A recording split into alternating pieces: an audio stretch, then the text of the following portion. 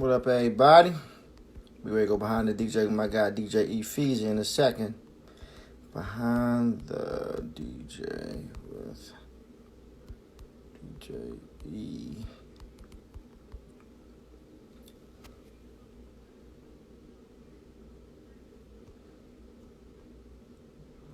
What's up, everybody? Give me 30 seconds to pin this joint.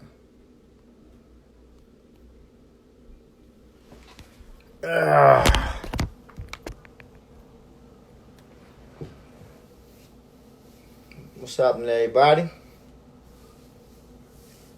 It's been a long day, man. Long day. All right, every Thursday, as y'all know, I do a thing called Behind the DJ. It's a series on my IGTV where I have conversations with some of your favorite DJs worldwide.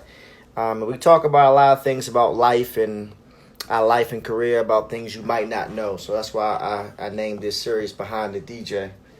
DJ E Feezy, one of my favorite DJs down in Miami, he's about to join in momentarily. I told him 8 o'clock, so we're a little early.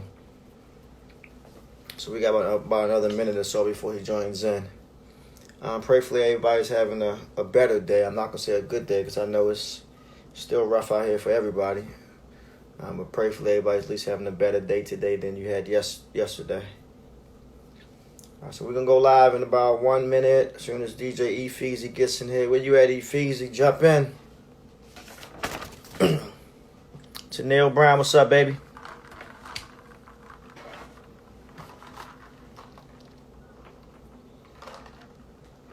Waiting on DJ E Feezy to get in here. Where you at, man?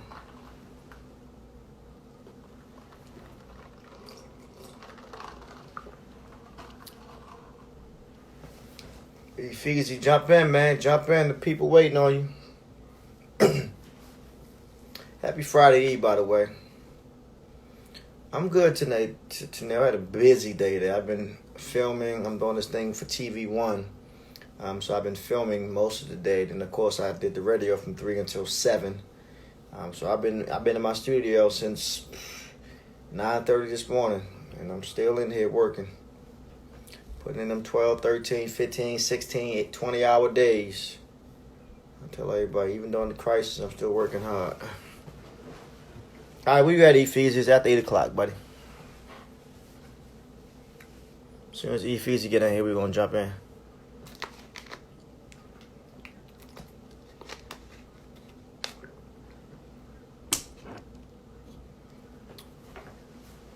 Give me another second. Apologize, I'm sitting there talking to myself. E Feezy, I think he's here. There we go. There we go. He's here. E Feezy's here. He's here. Everybody relax. He's finally here. Here come E Feezy.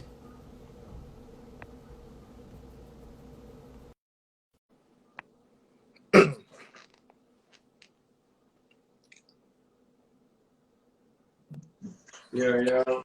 DJ E Feezy. Got my motherfucking fro out in this bitch. You still ain't got a cut yet? Oh, you got a cut, man. Good? Nah, I ain't. Well, no, little small cut. Oh, there you go. When the last time you got a haircut? Like 2 weeks ago. Oh, so it ain't that bad. Last time I saw you, boy, you was looking all wild. No. I was on wolf status, and that's okay. You was a wolf of Southeast, literally. Literally. How you feeling today, man? Well, congratulations to you and your political movements and how you're moving in D.C. That's amazing. You ain't got to congratulate me for that, though, man. I'm doing that because I'm supposed to do it. That ain't for accolade, you know what I mean? Just trying to. A lot of niggas been going out there just for the pictures alone. No, I ain't about no pictures. I'm about that action in real life. So that's been my mission statement since day one, was to use my voice and my platform to bring about change, awareness, and just inspire the people. I think a lot of people know me as a DJ and radio and all that stuff, but like that's my calling. My calling is really like inspiring. I really have a passion for my vitamins of the day daily, and just for being able to speak to people, especially in times when they need it. Just bring some hope. Dig that. Somebody said, "What's in that bottle? What are you drinking? Yo, what is that?" I am drinking the black bottle of Branson cognac. Okay. I've already went through 2 bottles already before I got on this live, so we Jeez. live. Crap. So you faded already. We live. All right, so real quick, in case anybody don't know what this is, I'll explain to you as well, E Feezy. I started this series probably about 3 weeks ago. It's called Behind the DJ. And the reason why I started this is because a lot of people are fans and supporters of E Feezy, but they might not know nothing about you. All they know is I see him in the club, I see him on Instagram. That's it. I know nothing about his life. I know nothing about his backstory, where he comes from, how he got to where he is.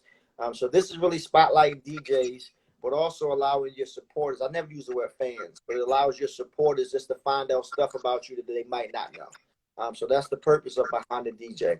So Don't first and don't, foremost, don't hold back. let's start. Let's start right now, and just for anybody who might not know, where exactly are you from? Uh, that's always the debate, man. Because I've been in so many cities. So I'm actually from Cleveland, Ohio. That's where I was born and raised. Born and raised, and then from Cleveland, you went to where? My nigga, from Cleveland, I went to Alabama, which I went to Alabama A&M University, and then from there I went to Memphis. From Memphis, I went to Louisville, Kentucky, and Louisville, Kentucky, I went to Miami, Florida. Is this all DJing, or were you like military? Like, why'd you move around so much? Uh, at that point, I was just trying to find where I needed to be at, where I needed to stay at. Just kind of like moving up in the ranks. So it was like when I went to college in Alabama, it was just somewhere I wanted to go to college. But the reason how I got there anyway is because if a lot of people don't know, like I'm 6'5", so I'm not the average height of a DJ. Are you throwing shots at me, man? No, I'm not 5'2", Because I'm 5'6" and you're 6'5". No, I'm not. So, but I'm 6'5", so I actually went to school on a basketball scholarship, and that's how I went to. That's how I got the choice at Alabama A&M. But like, super long story short, I wanted to. I was always in love with the ACC, right? And so I wanted to go to an ACC school. Gotcha. And I got some offers, but it really wasn't the offer that I wanted because I was like a super Duke fan.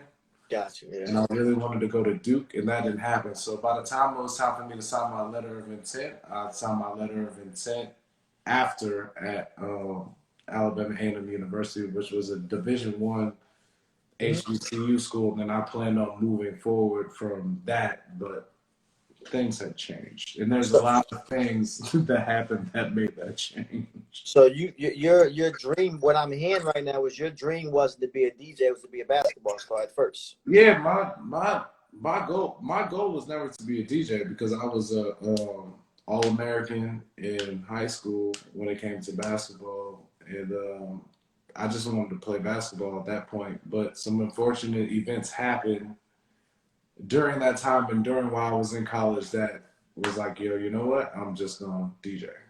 So, like I said, I'm talking to you not as a friend. I'm talking to you as like a person, acting like I know nothing about you. What can you disclose? What happened? What made you want to stop playing Yeah. basketball? So what happened was my freshman year. As soon as I went to college on my basketball scholarship, we had went to you want to be out in the streets, you want to hang out, and you want to be at a house party. And I went to actually go be at a house party. And while I was at that house party, you'll soon know as this interview goes that a lot of bullets have entered my life, and it's the reason why I am the way I am. So somebody was shooting at somebody else, and as they were shooting at that person, a straight bullet caught me in the leg, and I couldn't play basketball anymore. So hold on, let me do this so you know it's real. That's my bullet hole in my leg right there. So I'm gonna tell you something that's amazing about this series Behind the DJ. It's because you get to learn a lot about your favorite DJs and things you had no idea. I had no idea you've been shot. Yeah, You ready for this? yeah. You had no idea that I've been shot. I did not know that. So we're finding out something about each other right now. So you showed your bullet hole, I showed mine. I got a big hole in my side. You know what's so crazy, Quick? Yeah. A bullet is the reason why I came to Miami, but we'll get into that later. So That's crazy that both of us just now on live found out that we both been shot before. I was 13 when I got shot. Yeah. And when I got shot, I was paralyzed for almost 8 months. I was on bed rest. I couldn't walk. So I had to learn how to walk all over again. The doctor told me I would never walk again. And by the grace of God, of course, I got to regain the feeling in my legs. But that's crazy that both of us have known each other for probably a decade. And we both just found out we both got a bullet in us. That was the same thing. Like the doctor said, if somebody would have shot where my bullet hole went into, it would only be a 1% chance that what happened to my leg would have happened. I would have had to cut it off, and I would have had no leg. So almost the exact same thing. The bullet went in my side. I got shot with a 357. If you know what 357 is, it's not a small gun. So I got shot in my side. The bullet went in my stomach, landed in my stomach. Let me see your bullet hole again. It landed in my stomach. Yeah, that looks like a 357. Yeah. This is a hollow tip bullet. You know what they do with hollow tips? Them bitches go through vests. All right, so that's crazy. We're not gonna trade bullet holes. Right. Enough about our war stories, because it's a lot about my past life that I know a lot of my supporters and a lot of your supporters or yourself might not know. But shout out to DJ Camilo. He's in there. He said, "What's up, Camilo and Webstar? What up, Camilo? Warning, warning, warning." And Camilo, I'm gonna text you because I want to get you on this series as well, Camilo. You're one of my favorite guys. So fast forward, of course, you grew up in Cleveland, Ohio. You're a basketball star. You go to a D1 school. You get shot in the leg, so that ends your DJ career. And then, of course, as I know you, I've known you for almost a decade now, and you've been in Miami. What led you to come to Miami? Let's jump over to other cities, and right now, because you've been in Miami for a while. How'd you end up in Miami? So I'm gonna give you a very long, like super long story short. So basically, I've always been DJing. So I've been on radio since I was 14 years old. So I started in Cleveland, and then I was in the radio in Alabama, and then I moved to Memphis after I graduated, was on the radio there. And then I moved to Louisville, Kentucky, was on the radio there. While I was in Louisville, a lot of people don't know, like they see First 48 and they think Louisville is like country and a bunch of bluegrass and like horses and all that shit. But no, like in some real life shit, as you can see with the Brianna situation, like it's a real life killer city, right? Because I mean, no offense to anybody that's from Louisville in here, but a lot of motherfuckers don't have shit to do but that, right? So I get it. It just is what it is. So what had happened to me is I used to throw parties in Louisville. So I used to throw my own parties, and I lived in Louisville for 4 years, and I threw my own parties forever since I was there. We had control of the radio station, we had control of everything. So long story short, I was throwing a party one time, and as I was throwing this party, we had a 10-passenger van that we were kind of like guiding around our host at that time. I won't say their names. Right, that's okay. While we were guiding around that host at the time, I mean it's a really long story, but long story short, we're guiding the host around. We had a 10-passenger van. We got into this passenger van. There were 12 people in this passenger van. And over a money situation that didn't have anything to do with me, somebody shot 25 holes in that 12-passenger van. Wow. And so at that time, I said, and this was my brain, I said, you know what? If I'm going to die somewhere, it's not going to be in Louisville, Kentucky. And I moved. To Miami. Yeah, I moved to Miami, but you know, it was between Chicago, London, and Miami, and then I just landed myself in Miami because I always wanted to be in Miami since I was a kid. And back to basketball, they offered a basketball scholarship at FIU. Gotcha. So when you first moved to Miami, it was for basketball, not for DJing. No, when I moved to Miami, it was definitely for DJing. Basketball had been in my rear view for what, 4 months, probably like 7 years. Okay. After that, but how long have you been in Miami? I've been in Miami for 10 years now. Gotcha. A whole decade. So that's why I've known you for probably 10 years now. I think I met you right around time when you know me for a decade, but I've known you for a lot longer. Don't make me feel old, man. I've known of you for a lot longer. Don't make me feel low. I've been in the business since 1995, which is crazy. Yeah, you are OG. I'm not OG, not yet. OG make you sound old. All right, so let's fast forward. DJ E Feezy, as if anybody's just tuning in, this is called Behind the DJ, where you're learning the backstory about some of your favorite DJs. And tonight I'm spotlighting DJ E Feezy. So you go from Cleveland, then you go to Louisville. Now you're in Miami.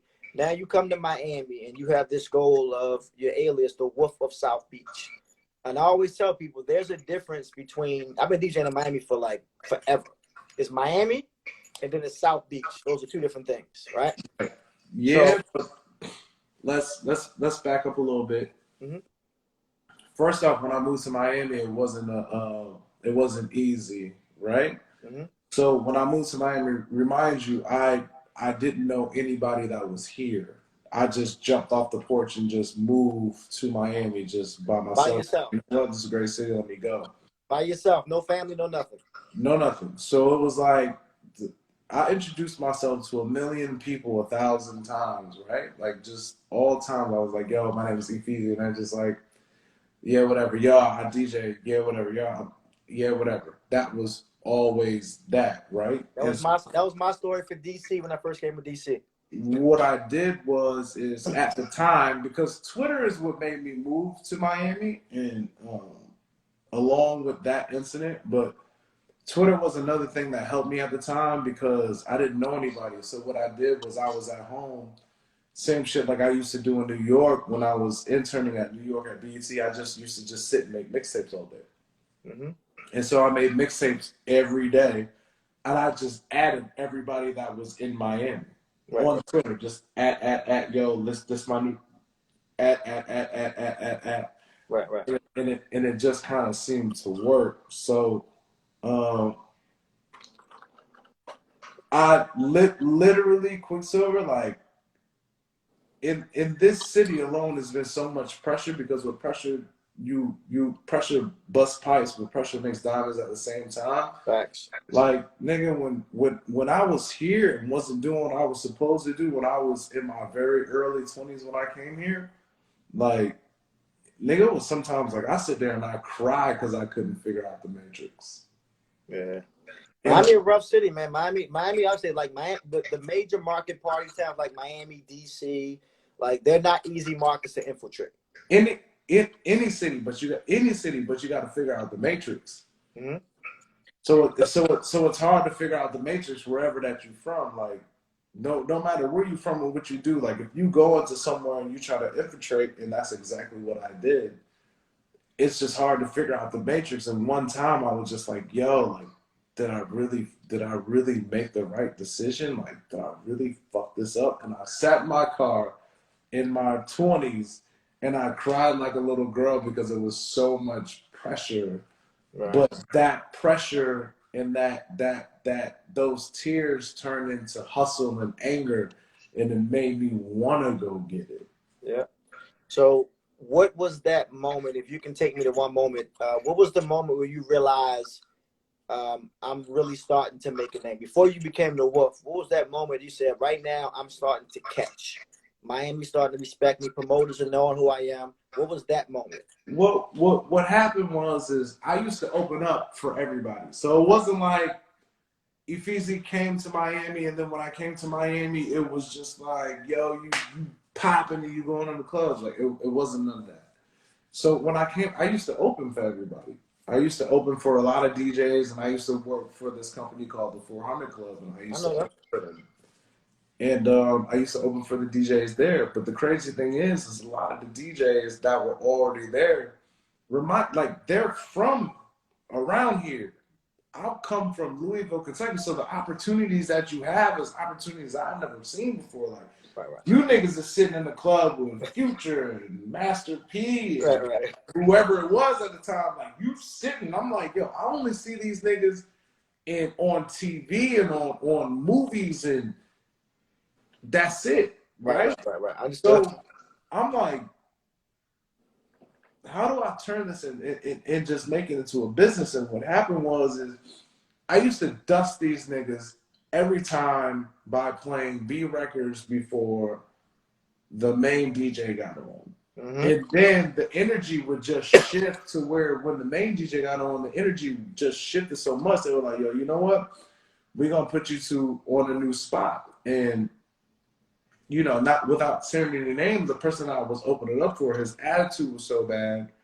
And I used to come on and dust him so bad because everybody in Miami was like in Miami South Beach. Not because you said there's two different sides. A lot of people don't know that.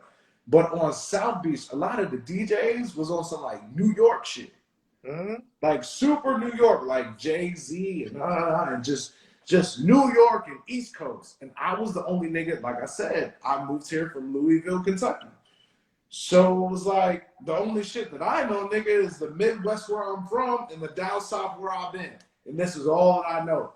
And it was so many people that adapted to it. I was like, yo, this shit is dope. And and I just used to play all of the shit that I just known that I wanted to play. And the sound at South Beach on South Beach, not Miami, but the sound on South Beach at that time was very New York. And when I came in here, I shifted dynamic to very South because that's all I knew and that's where I was from. What was the first club that like you got your residency in Miami? But this was like, this is your house. The first club that I got my residency in was at Dream. Yeah. That was on Sundays, right? No, Dream was on Saturday. Saturday. So Dream was on Saturday, and that was the first real residency that I had, but it was alongside I was doing Mansion on a Thursday at that time. Mansion on a Thursday, Dream on Saturday, and then another club. But you gotta understand, like, Live on Sunday was Live on Sunday at that time. Like, the people that live on Sunday, as they've been here. The DJs and the promoters and everybody had been here before I came here. There was a time where I used to walk up to the ropes, even if it was at Mansion or even if it was at Live, and they were like, "No, you're not getting in here," and they used to stop me at the rope. Right. I'm gonna tell you so crazy. I remember my first time DJing at Live. So you like to for out of town DJ, like when you hit Miami, you want to DJ at Live. Like Live is the Mecca. And I remember my first time DJing at Live.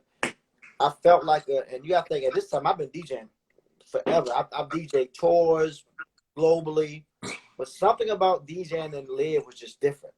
And I'm quick. First off, let's not get it fucked up, right? So that you know who I am and how I've came here. I've never done the biggest clubs in Miami. Never. I've never done Story. I've never done Live. I've never done any of them club. What? I know what you're gonna say. I know, but I'm getting to that. I know what you're about to say. I've never done Story and I've never done Live. I've lived, when I came up in this system, I lived in the places that these motherfuckers didn't want, and that these motherfuckers didn't want to go. Right. I lived in the Dream, because you know what was more popping than Dream at the time where I came to Dream? Cameo. That was my spot. I used to play that. Cameo was the shit, and yo, you go to Dream, oh, that's that hood shit. We ain't fucking with that shit. I'm like, all right, well, Cameo ain't hiring me. So I'm gonna go over to Dream and do what I do at Dream, right? Gotcha. And so all of the small clubs that I did between that period of time, we made that club what they were, alongside with Javier and Jordan and a lot of promoters who helped come. They're from, DC. Javi from DC. So it was like I know him as Golden Boy. Right. So Golden Boy, Javier, we came at that time where niggas didn't even want to touch them clubs, right? So it was like, for all of the 5 or 6 clubs that I did, you had to go see one person on a Sunday. Right? So it wasn't that niggas don't get it fucked up. It wasn't that niggas had the best clubs and the biggest clubs, because a lot of people get that shit twisted. I never had the biggest clubs. I made the clubs where I at was big. And we made the clubs where I was big. So now, a lot of people, I see a lot of people in the comments like Dream. Right. But Dream wasn't that until we made Dream what it was. Understood.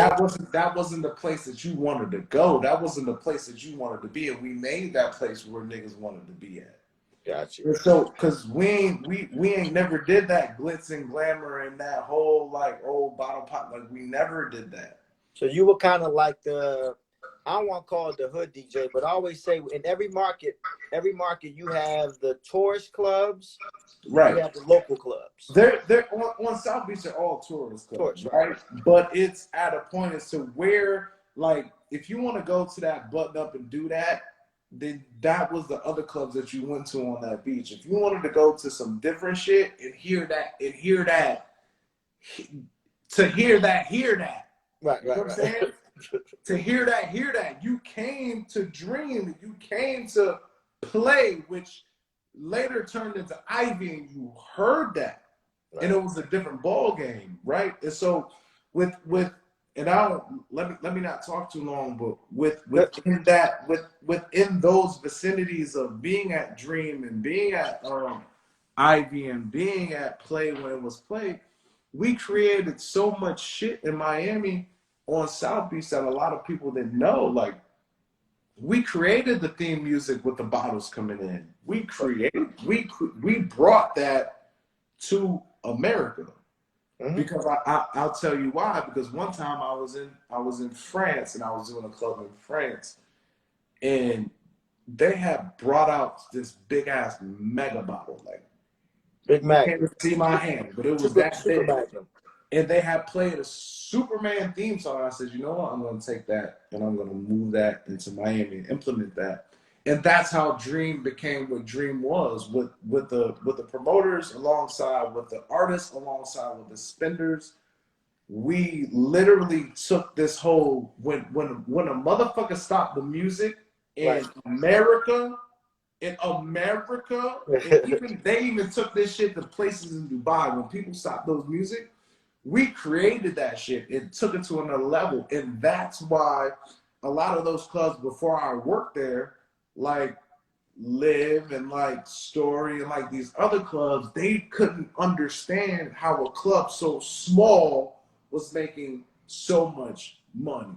Understood. I understood. Once again, if you just turning in, we call this series Behind the DJ, where we learn certain things about their life and career. So one thing that I've noticed, E Feezy, is that I travel a lot. I travel, and you travel a lot. How'd you get to become that traveling DJ? And when I say travel, I mean like whenever, I don't care if it's All Star or CIAA or Super Bowl. If QuickSilvas booked, E Feezy's also booked somewhere in that city every single time. How'd you become the tour guy like that? QuickSilvas, I'm going to give you the very short story of something extremely long, right? So, as in DC or Baltimore or the DMV area that you live in, you feel like you hit your head where you at. Like, you can only get so far to where you at. So, what happened was one time, I was arguing with a promoter. One of Varsity's promoters, his name is Jordan, and Jordan's a very great friend of mine. I was arguing with him one time, and we in the club, and I wanted to literally tear this nigga head off, because I've torn a few niggas' heads off in the club, but I wanted to tear his head off one night. And the next time I'm laying in the bed at the time, my girl at the time, and the owner of Dream calls me and he tells me, he said, yo, you know what? I need you to talk to Jordan so y'all can get that situation straightened out, right? And I said, okay, cool. I'll talk to him. So we get on the phone. We get on the call. Jordan picks up the phone. I'm on the phone with the owner, and I'm on the phone with Jordan. And Jordan goes, yo, I don't want to talk to this nigga. Hang up the phone. Bing. In my face. Hung up the phone and everybody in my face. So I said, okay. So the owner of the club calls me back. And the nigga telling me, he said, yo, I don't think you should come into work tonight. And the reason why I don't think you should come into work tonight is because you and Jordan didn't iron out y'all problems, so you didn't come to the club tonight, right? And so at that time, I'm sitting here like, yo, you taking money out of my mouth, out of my family mouth, out of my pocket, out of what I'm doing because you couldn't pick up a phone and have a civilized conversation at that time. Right. And so at that time, I was just like, you know what? You get to a point where you in a market and you hit your head. And I had hit my head at that point, and it was time for me to get the fuck gone because I didn't want anybody to determine whether I was going to get paid or not. Understood completely. And so that's why I decided to branch out in other markets, which was one of the best things that I've ever done before in my life. Because like you said, like if we're in the other markets, it's only a few people that you see in these markets, right? It's It's about five. fucking Self and Infamous and some other niggas. So About five we of them. all the niggas that are going to get that money, and it's only a few people going out and getting that money. One thing that I've always learned about myself, and I'm sure you've probably seen this now because you've been doing this long enough, is that I've toured for artists. I've toured by myself. I've DJed all over the world, but I've always allowed DC to still be my home base.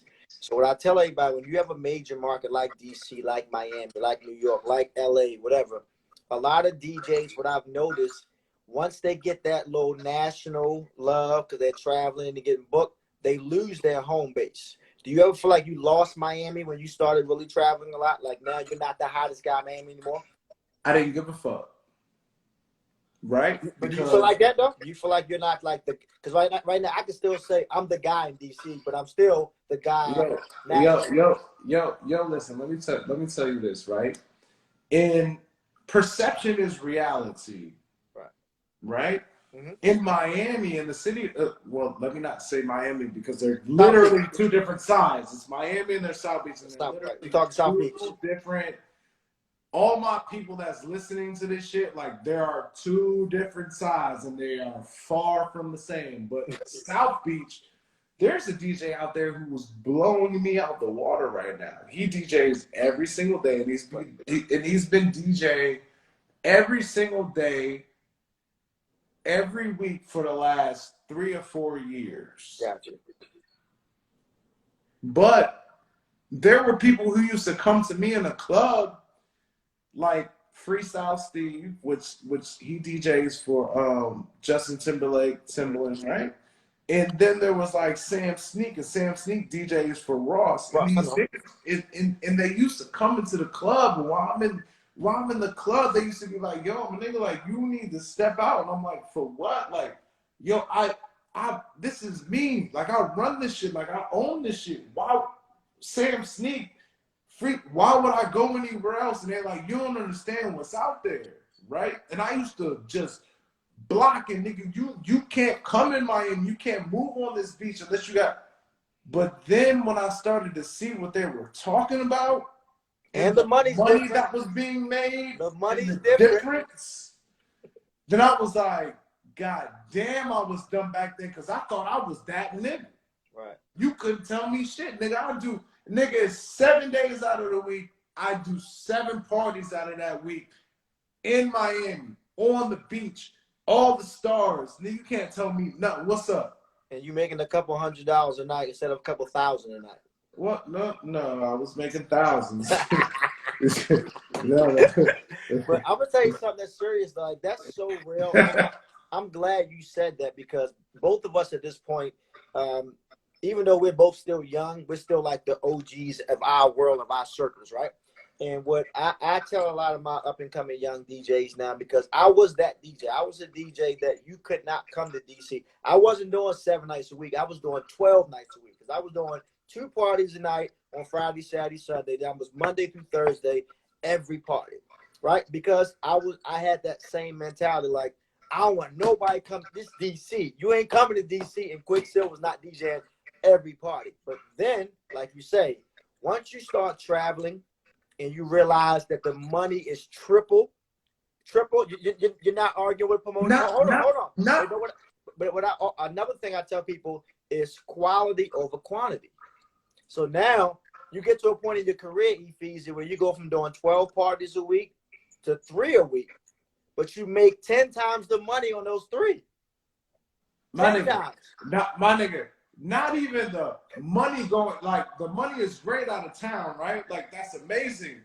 But nigga, the exposure is even more big and I'm getting more money. And so at the end of the day, You can do your 7 nights a week. Matter of fact, nigga, Do 20. South Beach, go ahead. You got it. You have it. I don't even.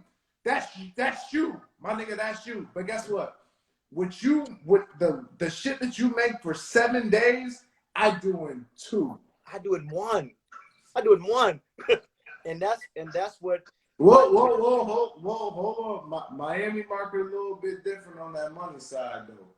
I don't know what y'all make in Miami. I know what I make. I know what I make globally. I'm not getting in your pockets, nigga. Go ahead, quick. But I do really good in Miami. Like I don't know what the local Miami DJ, but like the people who book me in Miami, it's a substantial. You know what.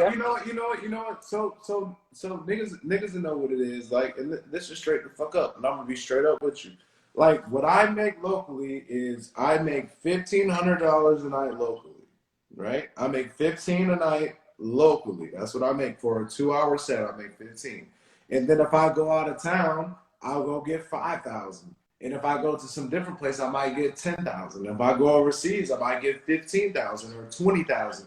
But we don't live in a world or in a climate in our profession where there's just a set rate, and we know that we're gonna go in from 9 to 5, and we're gonna make that certain amount of money. And you know what it is? At the end of the day, my nigga, like in my 20s and my 30s, I've made well over $100,000 a year per year, $200,000, $300,000 a year doing what I love to do, and there's not a lot of people that can say that. So if you don't think that's a lot of money, fuck you. And I do what I like to do because I love to do what the fuck I do. But go ahead. Be nice, E Feezy. The purpose of behind the DJ is not to cuss anybody out. We don't curse people out in this series. No. Because you want to know why quick? Because sometimes you gotta understand, like, a lot of people don't know what a QuickSilvas is. They don't know what an E Feezy is. Like, a lot of people understand that. A lot of people think that what we do is we go to bar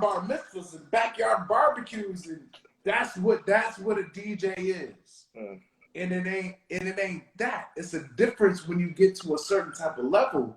And you gotta understand that, nigga. Even you, QuickSilvas, and I love you, but you're a generation over me.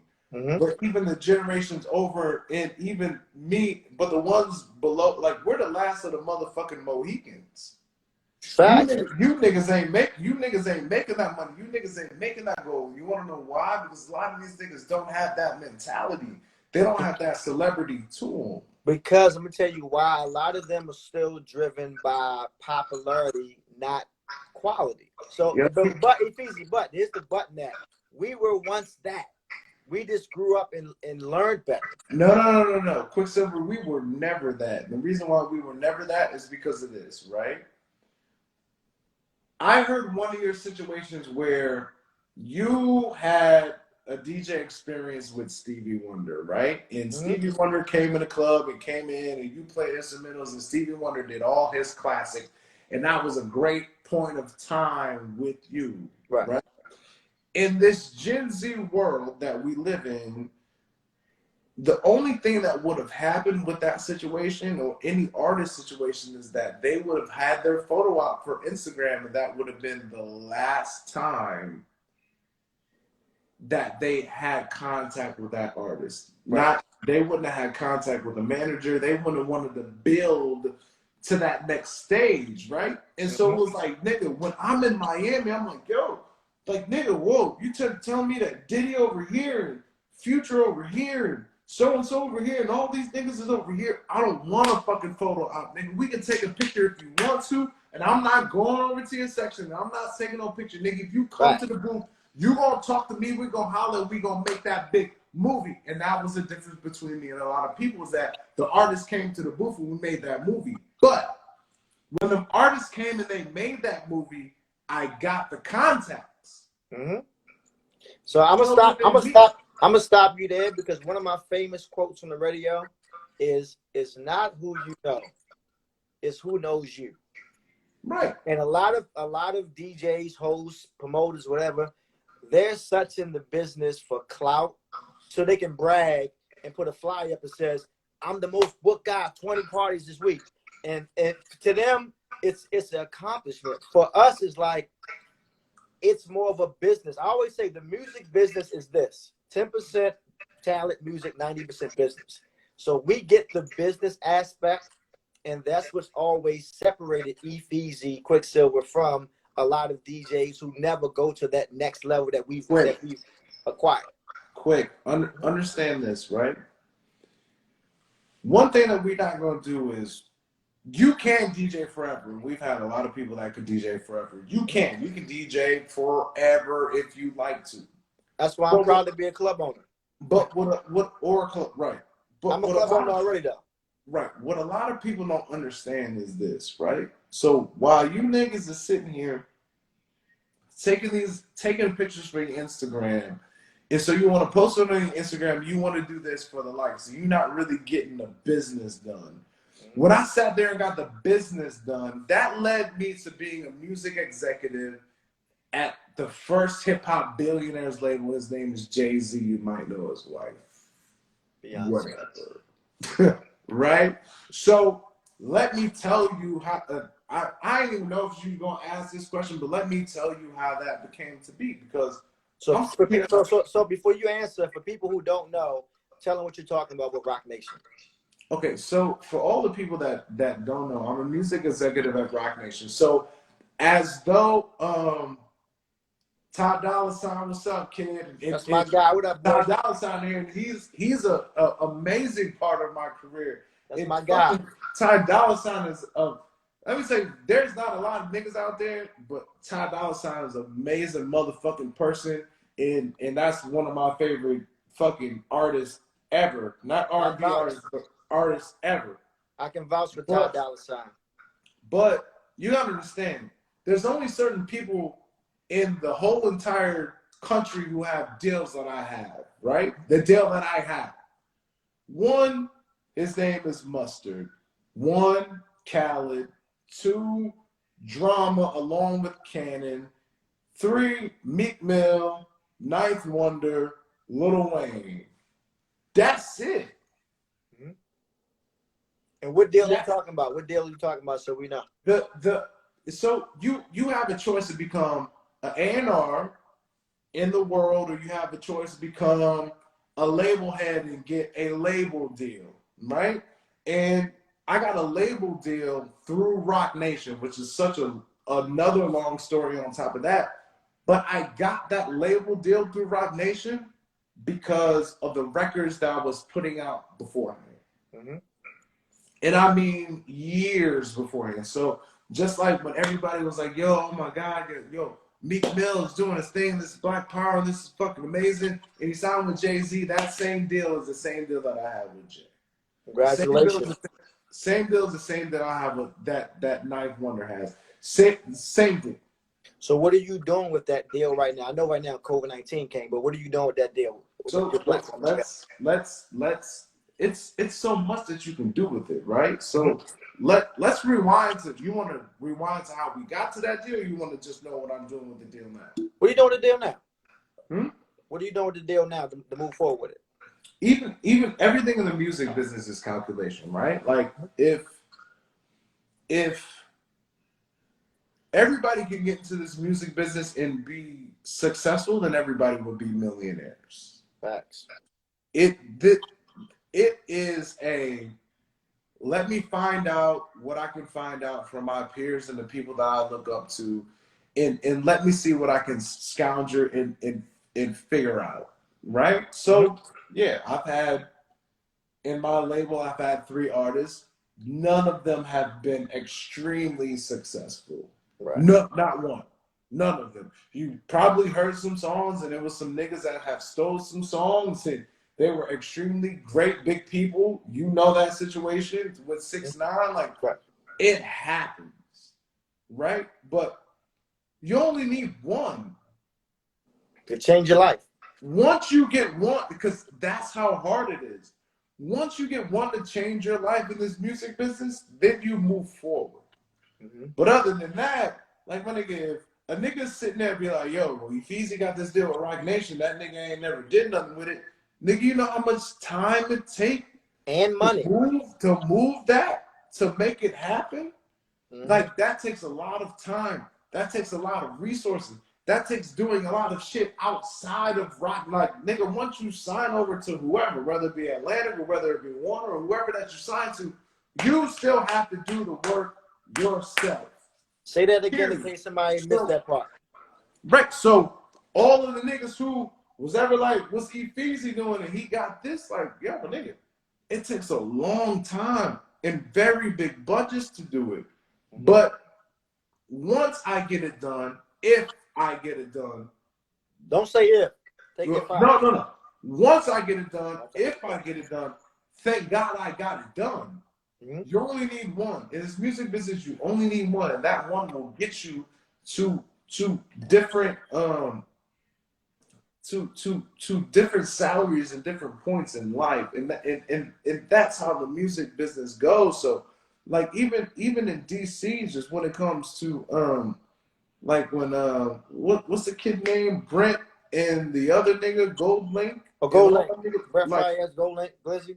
Right. So it was like even with Wale, like, and I've known Wale for a long time, but it was just like, yo, like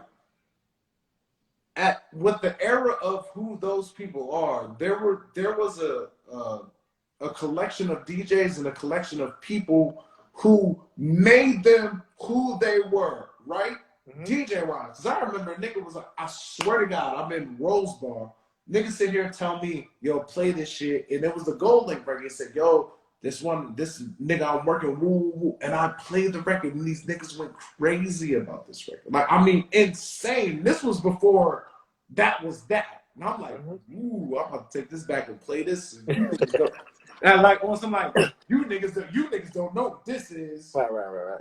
Right. That's one of the best things that I've always said. Like, one of my best things about traveling and DJing so much is being able to bring shit back home.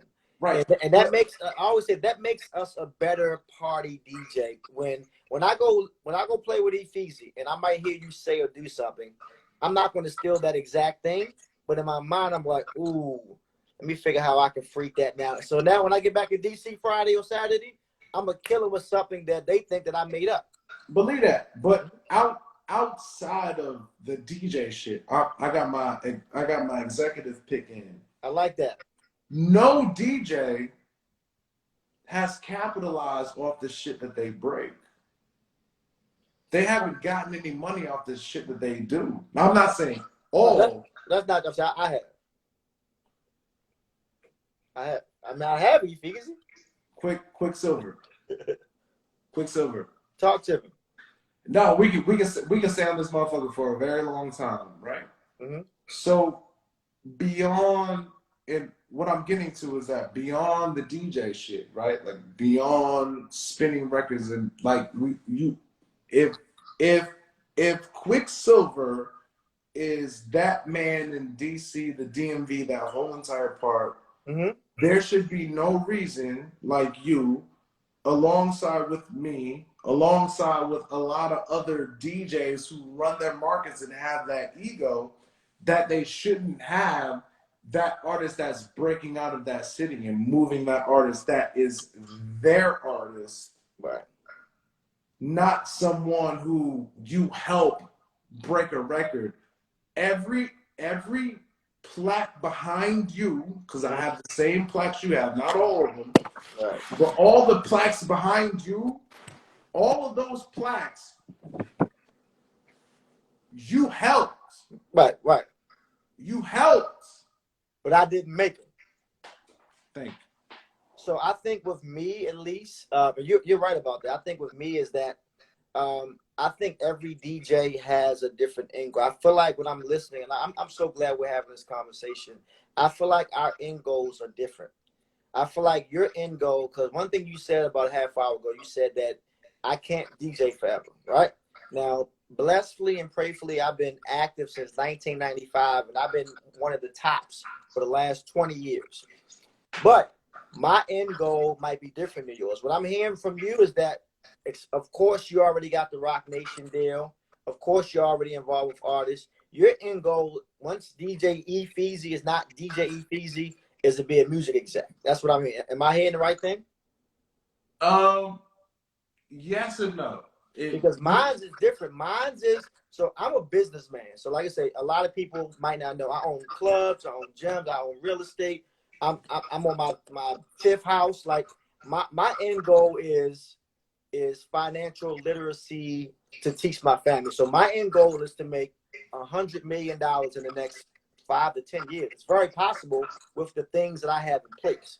So a lot of people know me from my syndicated radio show, from my clubs and the club I own and DJing, but my behind the scenes is the business, man. So as much as I love the music business, when I'm done DJing, I don't want to be a label head. I want to be the guy. I want to be the next young Bill Gates. That's my end goal. Everybody had the same end. You said end goal. Right. So your end goal and my end goal is the money end goal, right? Yeah. So that's so however that you go. How you get to the money is different. Nigga, don't ever think that if a mother so you and that's the thing. We about to get way the fuck off subject, and that's okay. You good, man. You good. So the end goal for you with real estate and the shit that you're doing is some other shit that other motherfuckers gotta learn what it is. And these niggas, these brothers, we protesting right now. Right. Black Lives Matter, baby. I don't say these brothers don't they have to see it. Like Envy's been giving motherfuckers a chance to see it. But until you sit down and break that shit down to a motherfucker, they don't know that shit, right? So even for example, like you telling me that like your shit isn't to become a music executive, but my shit is, but your shit is real estate, right? But no. I'm sorry. I'm sorry if you heard. Not just real estate. Just no. I'm not. Listen, okay. I'm not just saying just that. What I'm saying is that your end goal is not to become a music executive, but you have your hand in real estate. And right? I have a DJ school. Like I have a lot of shit going on. I'm conscious. I know you have a lot of avenues of revenue. I'm not disputing anything that you're saying. Right. I'm not doing that. What I'm trying to tell you is that even in the real estate shit, you have to, as DJ QuickSilvas, to let motherfuckers know that, yo, you know what? You can do this in real estate. You know what happened, my nigga? Like, and even right now in the United States and the world as it happens, is that at the end of the day, nigga, motherfuckers is getting loans for 3.1% interest rate, which is the lowest shit in America. But that's low shit that we need to teach motherfuckers that's just not spinning records. Mm-hmm. So I'm glad you said that. And I think that's a problem. QuickSilvas, you about to get into some grown man talk. Do you want to go there? You might lose some followers when we start talking about real business. You know, I don't care about that. I'm never in the business for the followers or the likes. I like us. So like when we first got on, the first thing you said was, I saw you out there protesting. I like that you're using your voice. And right now, for me, my thing is financial literacy. Because I think that I didn't come up with money. I don't know anybody else's backstory, but like I said, I'm born and raised in East Baltimore. Lost my mom at 10, got shot at 13, lost my dad at 18. I didn't go to college. I have no college degrees. I've never stepped foot in a college. Yet I'm one of the most successful people in my circle. I own something like, we're not gonna run at it, but I say that to say my goal right now is to show people who look like me, to show people who come from where I come from, that the dream of being in your 30s as a millionaire is real. I didn't become these things from just DJing. But one thing that's great about us is that I look at the people like Jay-Z, right? I look at these people and I look at how they made so much money. And it wasn't just because of their talent. Their talent led them to other streams. Because like you say, I'm not going to DJ forever. Jay-Z's not going to rap forever. And what happens with us is that we take our relationships, and then that's how we become E Feezy, the whatever we try to be. Let's rewind, right? Like you said that you know, blah blah blah blah blah. And the thing that you said that stuck out to me was you gonna be a millionaire by 30 something, whatever, right? So it's like, yo, my nigga, I ain't say I want to be one. Like, no, it's there. or you said that you are a millionaire But by I don't want to talk money, but right. I'm So okay.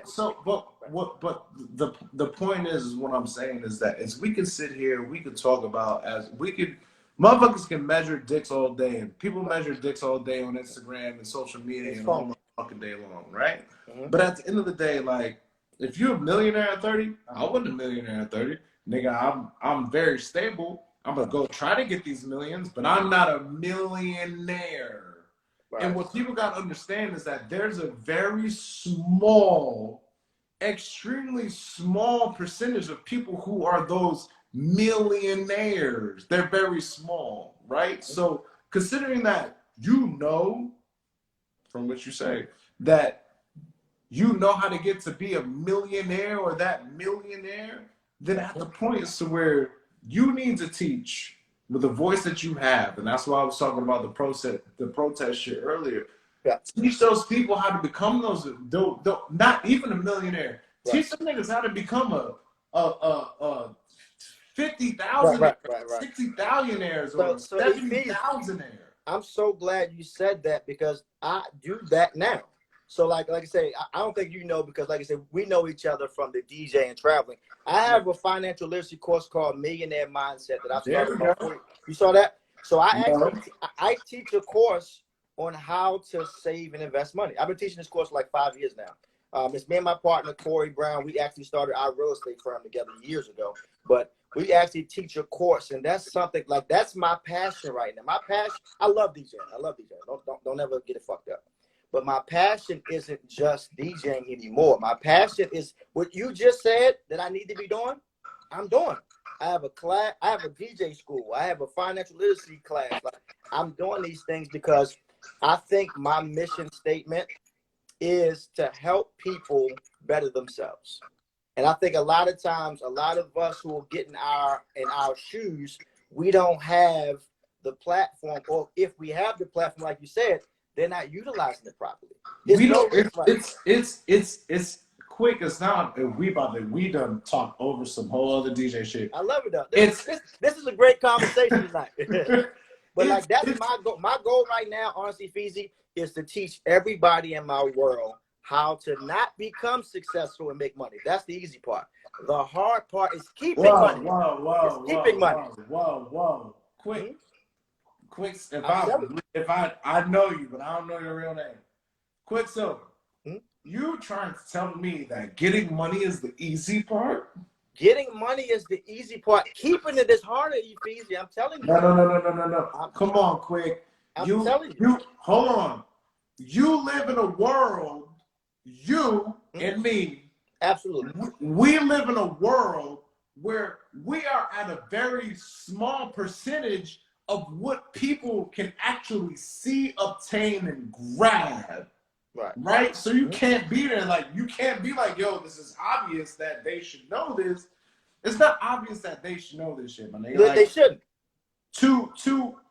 You have these classes and you have these avenues and you have these places, but we can't deliver our message, and we can't tell people that, yo, it's easy to obtain $1 million if niggas ain't never seen 100,000 or 50,000 or 60,000 or 5,000. Whoa, quick, hold on, quick. You're my brother, I love you. I know. Hold on, quick. We're in a place right now so where we're at COVID-19, right? There's a lot of DJs that's been getting on their live and DJing their motherfucking ass off on their live and trying to find different ways to make some money because they don't have it. Right. They don't got it. Facts. Right? So we have it, right? So who's this nigga? Hundo? Yo, OG Hundo, you fucking dickhead. Fuck out of here. Stop it, man. We don't argue comments. There's people who don't have that, right? So sometimes it's like we have to dumbed down, and not necessarily dumbed down, but we just have to figure out how to speak to our youth, or not even our youth, just maybe some of the people that's on the right and on the left of us, to be able to make that, or to expand their minds to even get on that level to move the way that they move. Because QuickSilvas, like, nigga, for you a hustling ass nigga, but not a lot of hustling ass brother. But not a lot of brothers have that same hustle that you do. Mm-hmm. So at what point do we teach these people? I was gonna say motherfuckers, but at what point do we teach these people that you know what? Someone said something very simple. They said each one teach one. Fact. And we need to really each one teach one. Like, yo, like if QuickSilvas calls me to tomorrow and be like, yo, I need so and so's phone number, I'm gonna be like, yo, here you go. Mm-hmm. No problem. But a lot of people just try to hold a bunch of people down without trying to get to the core shit of we all out here trying to go get some more. Absolutely. If that makes sense, I know I covered a lot of shit. No, you good. It might be the Branson. I don't know, but nah, this is E Feezy, you don't understand. This is a phenomenal conversation right now. Like when I say right now, what we're doing is teaching. Like I just said to you, my passion and my goal in life right now is to help people become better, not by something that I learned in the book or went to school for, by the mistakes that I've made time after time, and I've learned from that. So that's why when I first started my financial literacy course, it was because I lost so much money. And when I said that, so back to what I said. So that's my point. My point is this, E Feezy. Everybody doesn't have what we call the hustle, right? But if you have the hustle, you'll always figure it out. Whether you got to do whatever, you'll figure out a way to make some type of money legally, because you have that hustle that you want to make it, right? You understand that? Yes. But everybody doesn't have that. That's not a shot to people who don't have it. Everybody on this live right now, if we are so beyond DJ conversation. But no, like, so just so you know, Feezy, this behind the DJ is not just about DJing. It's about this. Right. It's about life. If y'all ain't figured it out by now, you're not gonna figure it out. Like, let me say, never not figure it out. But if you're not gonna figure it out, we are at the lowest of our low. You know what I mean? Like, even some of the people who work 9 to 5, like those people who work 9 to 5s, like they still either got fired, had to file for unemployment, or very fucked up. So it's like, I know the meme seems so like motivating but bullshit at the same time, but when they say like, yo, if at COVID-19, if you didn't come out with a different type of hustle, you're just not a hustler. And maybe the thing that you need to do, and no offense to 9 to 5, you probably need to go work for somebody. Because this shit right here, and minus the music executive shit, minus the DJ shit, like, nigga, I'm real with myself. Like, I'm on the same hustling path as everybody else. Like, nigga, I don't want to go get it. And I have some shit that I'm thinking of in my brain that I want to go get it, and it costs me some money to go get it. And maybe you have a job, nigga. Like, you gonna go into your radio station tomorrow in the morning, and you gonna go get your motherfucking check from your radio. Hold on. I ain't left my house for 3 months. Hold on, quick. I don't give a fuck how many jobs you got. No, With your radio station, you gonna go on your radio station tomorrow. You gonna still get your morning show check, right? Well, I'm on afternoons. I'm on 3 to 7 now. Oh, my bad. You gonna get your... I'm about to say, let me cut you off for a second, because I ain't been in the morning in 2 years.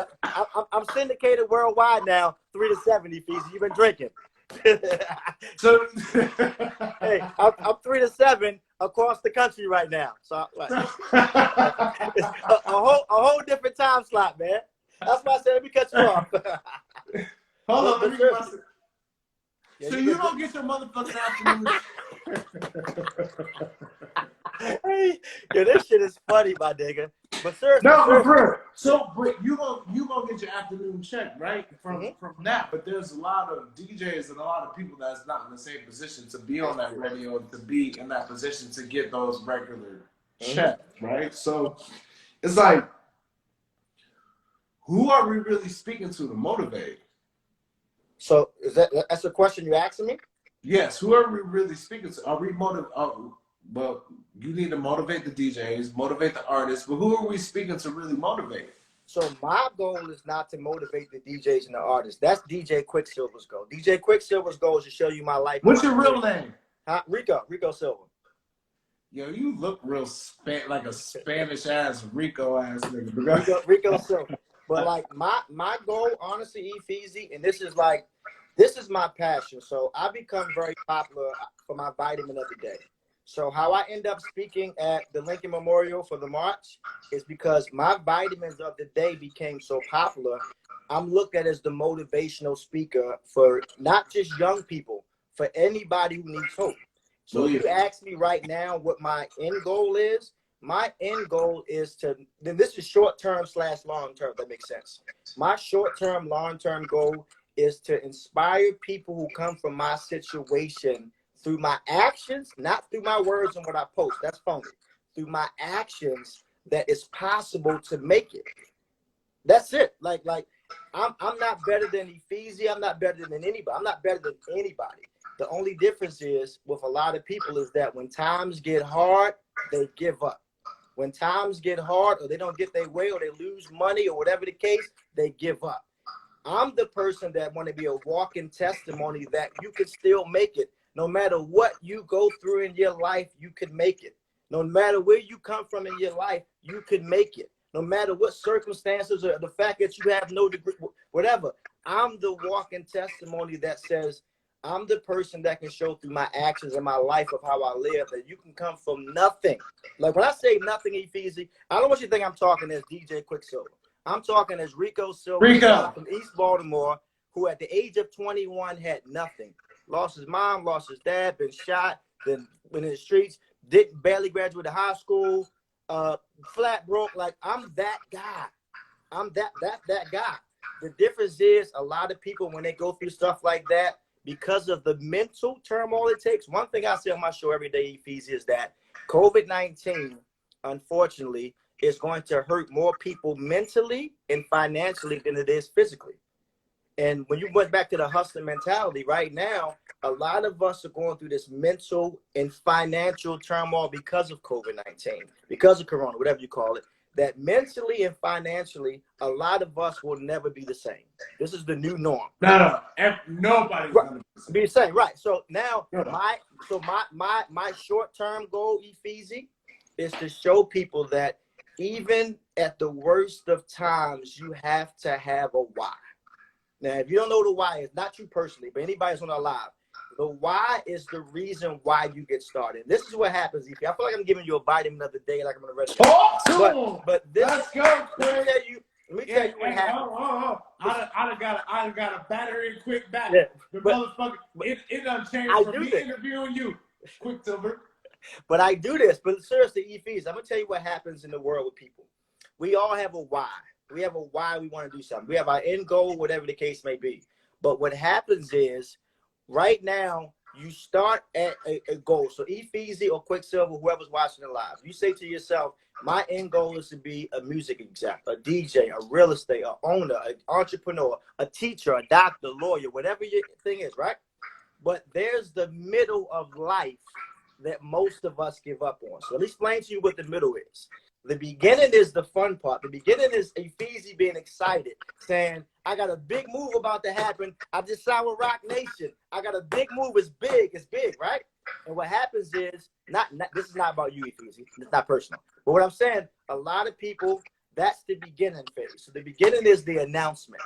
So the announcement is, I got this, and this is what my goal is. And then a lot of people post it, and it gets likes, and it gets followers, and now you have the dopamine going in your body because people are liking something that you're doing. And then your end goal is for that starting product to be successful. Whether you make $100 or $100 million, you become successful. Unfortunately, the middle is where you get the beginning and you go broke. The middle is when you get the beginning and you invest all your time and money and it doesn't work. The middle is when you think those who will support you will not. So let me say that. That's a quote.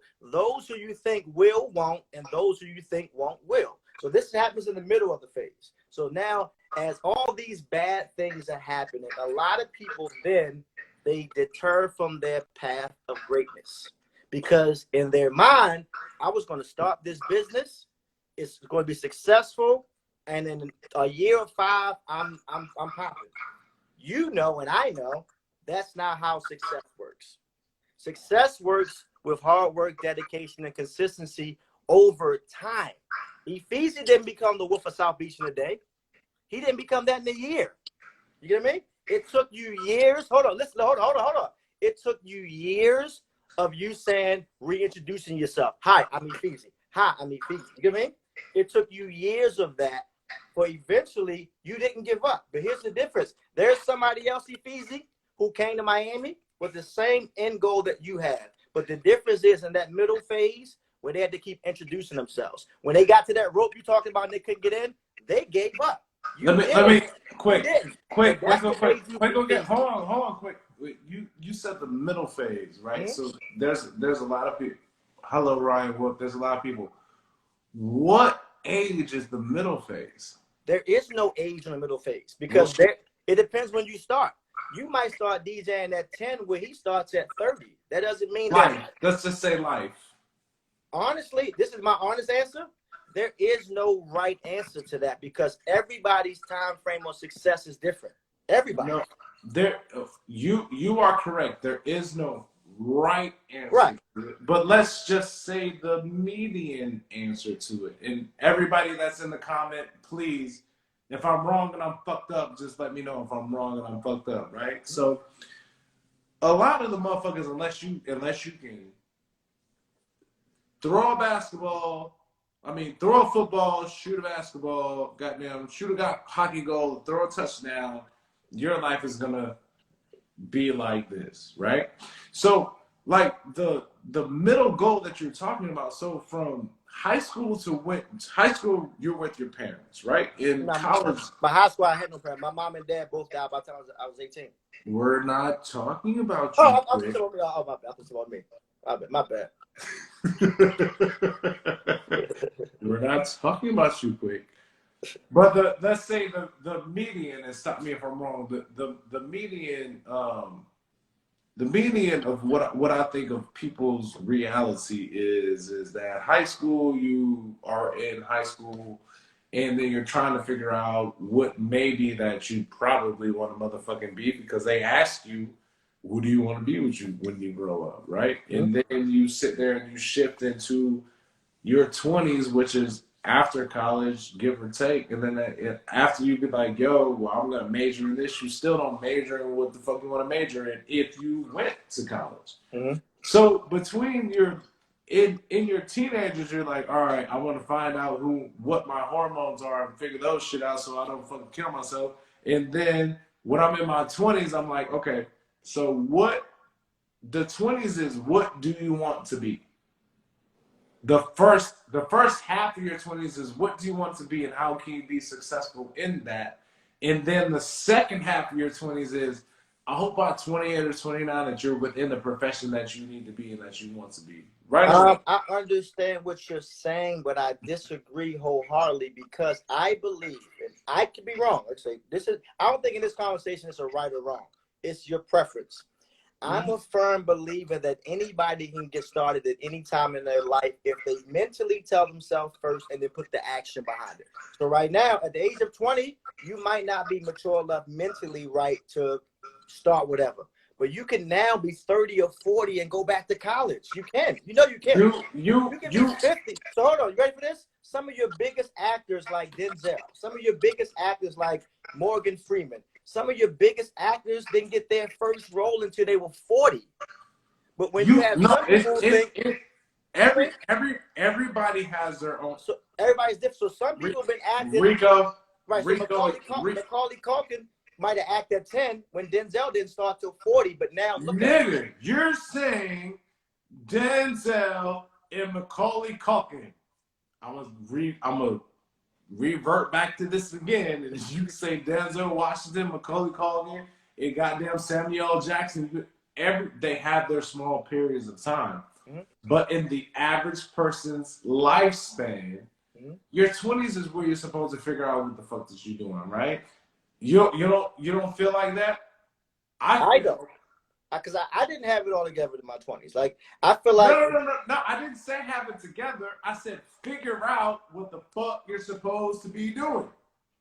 I understand what you're saying. I don't disagree, but I just want people to realize that reality hits everybody differently. And that's what I think what a lot of people do is this, E Feezy.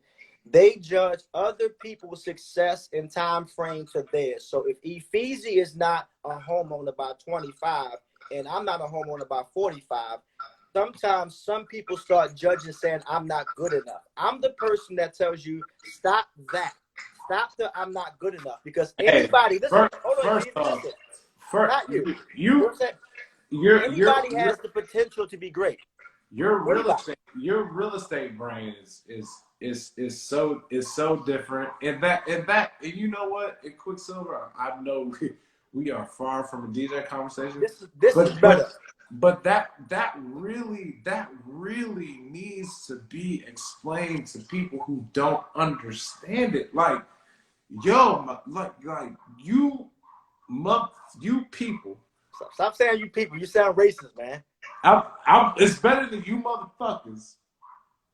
You people, or other people who don't own properties or a home, right? It's like it's like some of the shit that you hear is like over and over again, like, yo, we need to own.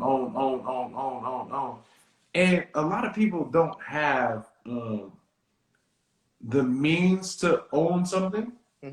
Right? So a lot of people don't have the means to buy an apartment or to buy a condo or to buy a house or to buy this, and they don't have that.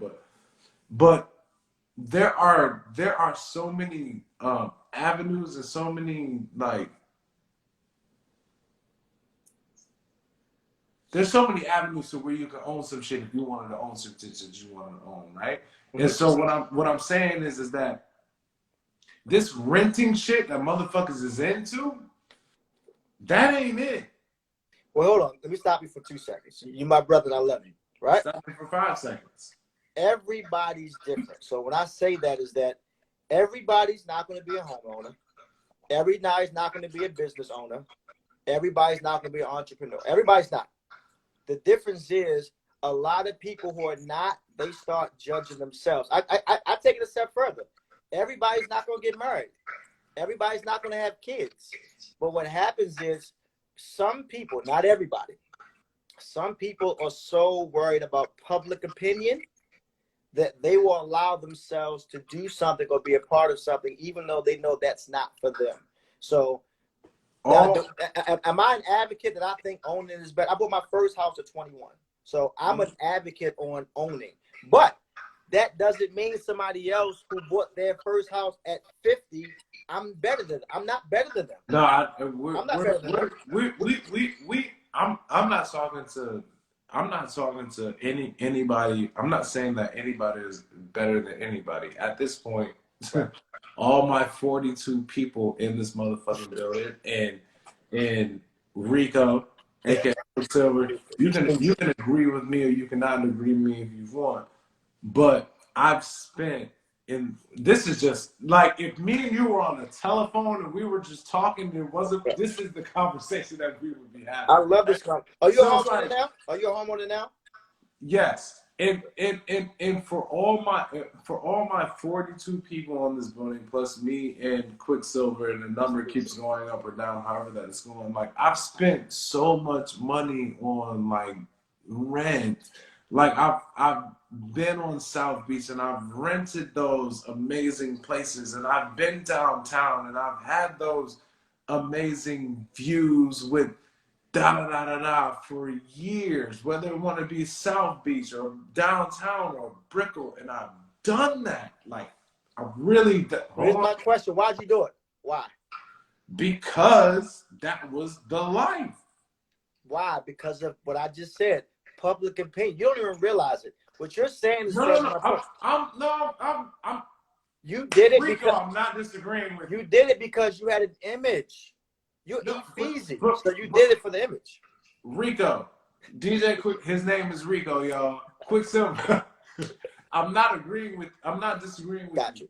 Yeah, yes, you're right, because it took a long time from, let's say, somebody like you, or let's say somebody like whoever that I'm seeing on this social media, just like it took people from a social media standpoint, or somebody, for me to drill it into my brain, like, yo, maybe I need to get the fuck out of Louisville and come to Miami.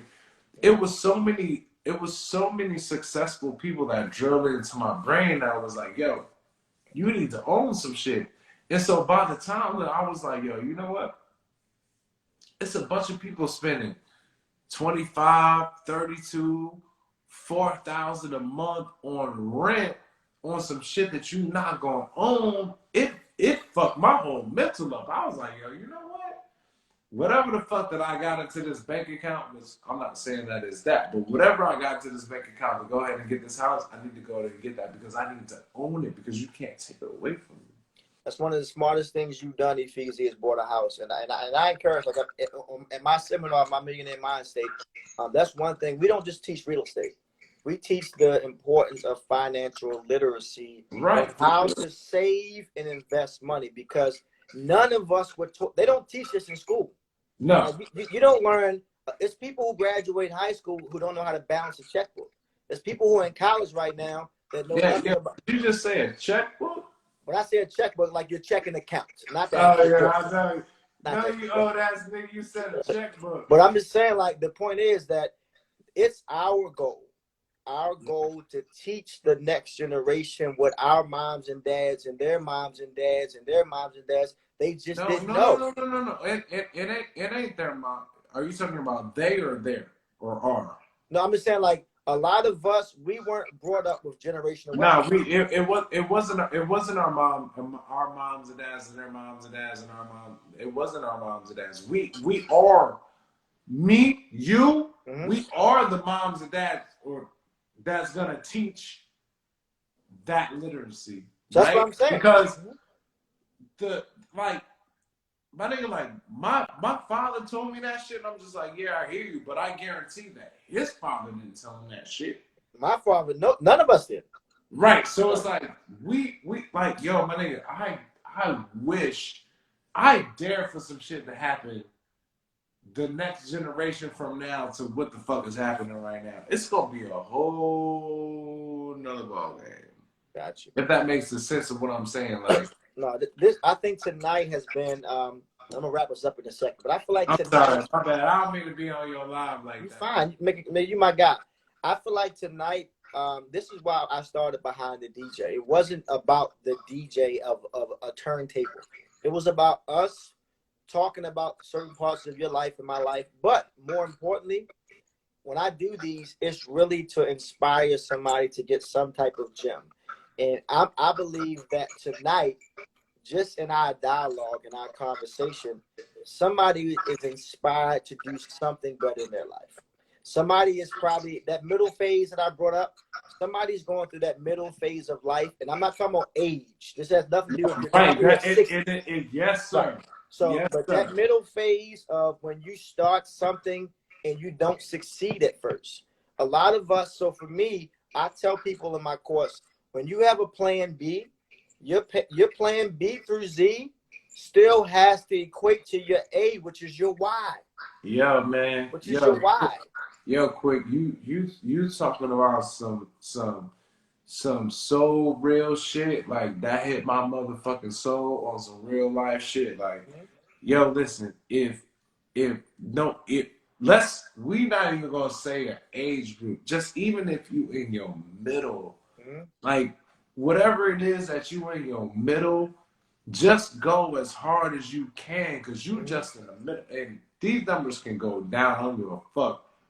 Even if you in your middle, like, just understand, like, there's gonna be another hump that you gotta go over.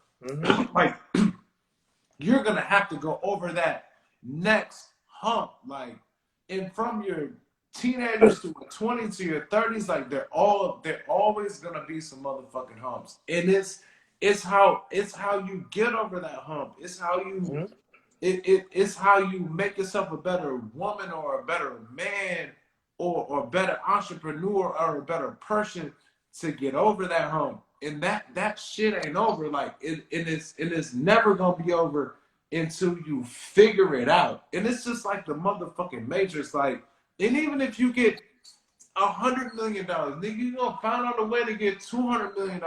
Right. But don't ever let me look into this fucking camera.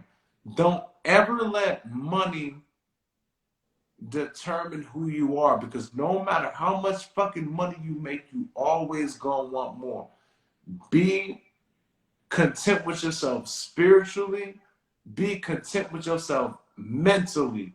And if you got your spiritual down, if you got your motherfucking mental down, whatever these niggas on Instagram is posting in their fake ass life and they motherfucking whatever the fuck they want you to fucking believe in, that shit ain't gonna matter. You gonna look at them niggas like they crazy, like they high, and you gonna tell them to suck your dick.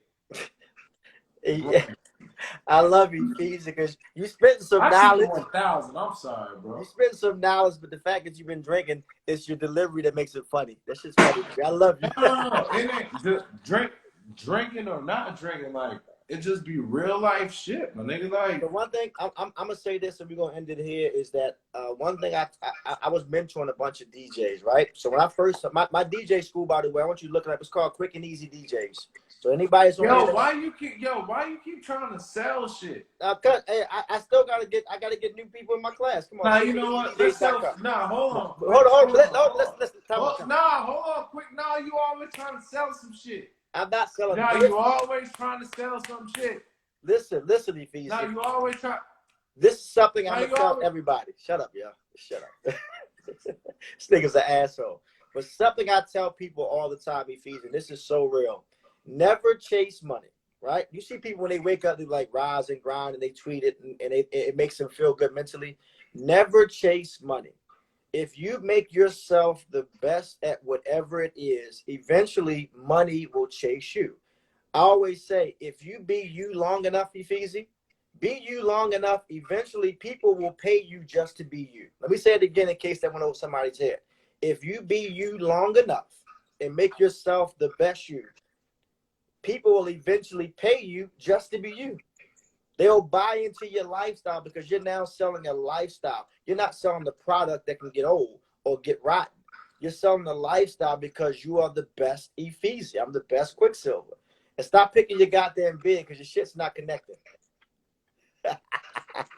Hey, hold on. Yo, quick, I heard you, right? I feel you. Your shit's not connected. Your bid's not connected. Hold on, but what I want to tell all 38 people in here, and this might take me a minute and 30 seconds to say. And after that, we wrapping it up. We're gonna wrap it up. So within this quarantine, right? Mm-hmm. I've been thinking, and I've been on my own shit. E1 Entertainment said I'm lit. Yeah. That's my guy. Yeah, that's Earl Lamar. That's one of my right hand man. So between this whole motherfucking quarantine and all this shit I've been doing, my beard feel good, but I want to let y'all motherfuckers know. This conversation that me and QuickSilvas is having, right? I want to be able to get people paid for that. So what I did was, for all motherfuckers who don't want to be on OnlyFans, this gonna sound like a death row shit. Don't want to be on OnlyFans. Don't want motherfuckers all on Patreon, right? No, I'm being real with you. I linked up with about a group of 15 black male individuals, and we have created an app, and we are literally, in the 3 months of quarantine, we are $300,000 in. $300,000 in on this app that we call Candid. That's with 2 eyes. In this app is which I'm not supposed to be talking about, but I'm gonna give it to all 37 motherfuckers on this app, because when it come out, I want you to download it.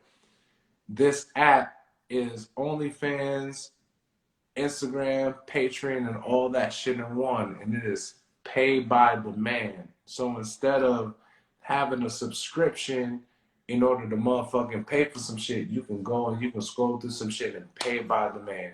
So everybody who want to get on live and they don't want to pay for their live, and all these people who pay for who get their content to people like Instagram, people like TikTok who don't support the movement, all these motherfuckers who give you shit for free, we giving you a way to make that money. That's dope, man. What's the name of it again? All the pictures that you take when you go out for the protest, or the pictures that you take, and the 1,000 pictures and the videos that you take, we give you a chance to go ahead and make that money, and it's called Candid. Candid with 2 eyes. Make sure you get on it. And I'm telling you right now, QuickSilvas, if you're recording this, which I'm sure that you're recording this, understand what I'm telling you right now. This is about to be the biggest shit since sliced motherfucking bread. It's called Candid. Everybody, I need you to get on it.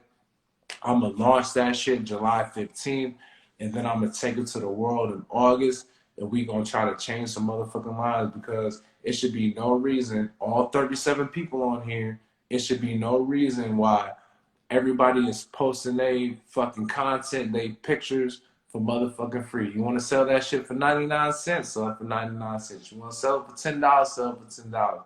Motherfucking, if QuickSilvas want to go on this live and do the first 100 people in for free, and then he want to put $5 after that, he gonna do it at $5. So you gonna understand. Hold on, quick. That's dope. Hold on, quick. You about to understand how big your brand is, and we about to figure out. You gonna know how big your brand is, and you about to set your own motherfucking price, and it's called Candid.